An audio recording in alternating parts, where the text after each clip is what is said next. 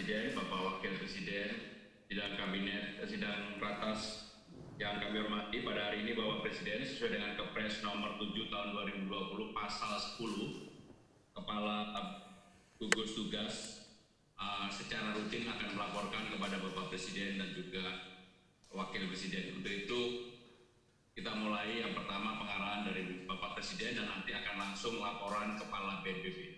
Bapak Presiden, kami persilakan. Bismillahirrahmanirrahim. Assalamualaikum warahmatullahi wabarakatuh. Selamat pagi, salam sejahtera bagi kita semuanya. Yang saya hormati Bapak Wakil Presiden, para Menko, para Menteri, dan Kepala Lembaga yang hadir. Pagi hari ini kita ingin mendengarkan laporan mengenai percepatan penanganan virus Corona COVID-19 yang dipimpin oleh Kepala BNPB. Tapi sebelumnya saya ingin menekankan beberapa hal yang penting. Yang pertama, prioritas kita adalah mencegah penyebaran COVID-19 lebih luas lagi. Oleh sebab itu, penting untuk dilakukan yaitu mengurangi mobilitas orang dari satu tempat ke tempat yang lain.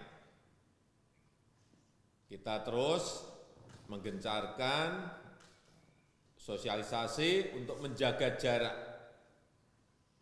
social distancing, dan mengurangi kerumunan yang membawa risiko penyebaran COVID-19. Tiga hal ini penting, terus kita ulang-ulang sekali lagi, mengurangi mobilitas orang dari satu tempat ke tempat yang lain. Yang kedua, menjaga jarak. Yang ketiga, mengurangi kerumunan yang membawa risiko penyebaran COVID-19.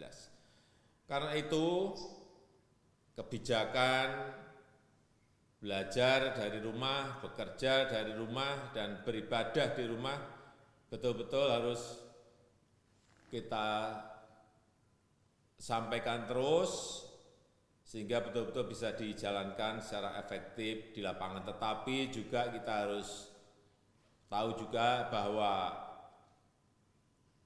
yang tidak bekerja di rumah tentu saja tetap bekerja di lapangan dan bekerja di kantor dengan tetap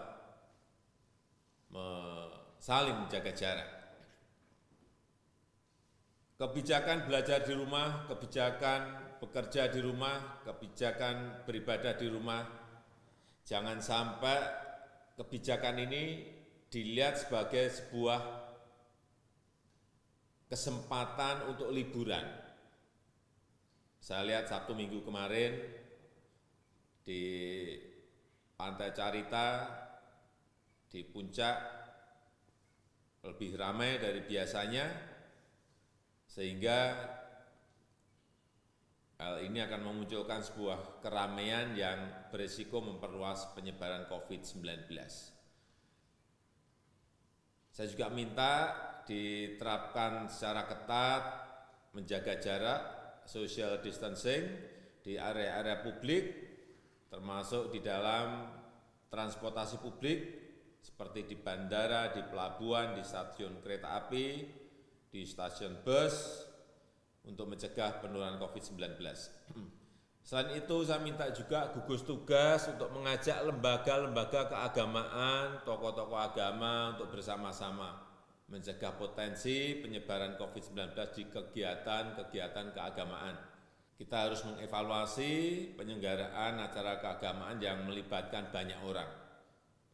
Kemudian yang kedua, segera lakukan rapid test, tes cepat dengan cakupan yang lebih besar, agar deteksi dini kemungkinan indikasi awal seorang terpapar COVID-19 bisa kita lakukan. Saya minta alat rapid test terus diperbanyak, juga memperbanyak tempat-tempat untuk melakukan tes dan melibatkan rumah sakit baik pemerintah, milik BUMN, Pemda, rumah sakit milik TNI dan Polri dan swasta, dan lembaga-lembaga riset dan pendidikan tinggi yang mendapatkan rekomendasi dari Kementerian Kesehatan. Yang ketiga, penyiapan protokol kesehatan yang alurnya jelas, sederhana, dan mudah dipahami. Ini penting sekali terkait dengan hasil rapid test ini, apakah dengan karantina mandiri, self isolation, ataupun memerlukan layanan rumah sakit. Ya, protokol kesehatannya dijelaskan. Yang keempat, menyiapkan rencana kontingensi kesiapan layanan rumah sakit. Baik rumah sakit rujukan yang sudah ditetapkan, juga mobilisasi rumah sakit yang lain, baik milik BUMN, TNI Polri, rumah sakit swasta, dan juga rumah sakit darurat apabila diperlukan. Dan jika diperlukan juga bisa memanfaatkan Wisma Atlet di Kemayoran. Ini kapasitasnya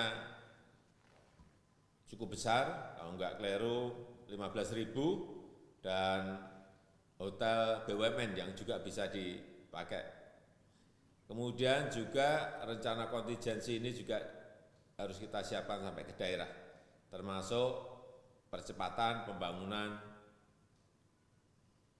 rumah sakit di Pulau Galang, di Kepulauan Riau. Yang kelima, saya ingin perlindungan maksimal kepada para dokter, tenaga medis, dan jajaran yang berada di rumah sakit yang melayani pasien yang terinfeksi COVID-19. Pastikan ketersediaan alat pelindung diri, APD, karena mereka berada di garis terdepan sehingga petugas kesehatan harus terlindung dan tidak terpapar oleh COVID-19.